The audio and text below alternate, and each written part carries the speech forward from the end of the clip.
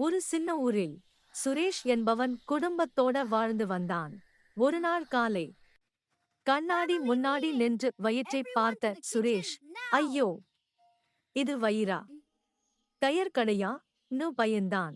உடனே குடும்பத்தினரை கூப்பிட்டு, இனிமே நான் டயட், இட்லி, தோசை, இனிப்பு எல்லாம் ஸ்டாப் ன்னு சீரியஸா சொன்னான்.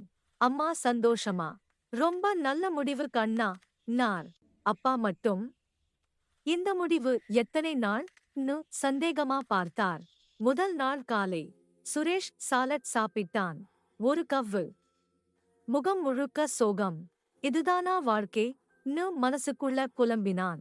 இரண்டாவது நாள் வெறும் கஞ்சி குடிக்கும் போதே பசிக்கும் டயட் இருக்கா ன்னு கேள்வி.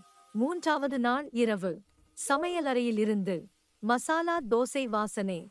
சுரேஷ் மூக்கை மூடி, நான் டயட்டில் இருக்கேன், நான் டயட்டில் இருக்கேன் ன்னு ஜபம். அப்போ அம்மா சிரிச்சு, டயட் காலை Suresh, மட்டும் you தானே can eat this நார். dosa in the அடுத்த நிமிஷம் evening. 3 தோசை, 4 சட்னி, பெரிய ஸ்மெல். அப்பா கேட்டார், டயட் என்னாச்சு? சுரேஷ் கம்பீரமா, இது மெண்டல் டயட் அப்பா. மனசு சந்தோஷமா இருந்தா போதும், டயட் நல்லது. ஆனா அம்மா சமையல் முன்னாடி எல்லா டயட்டும் தோல்விதான்.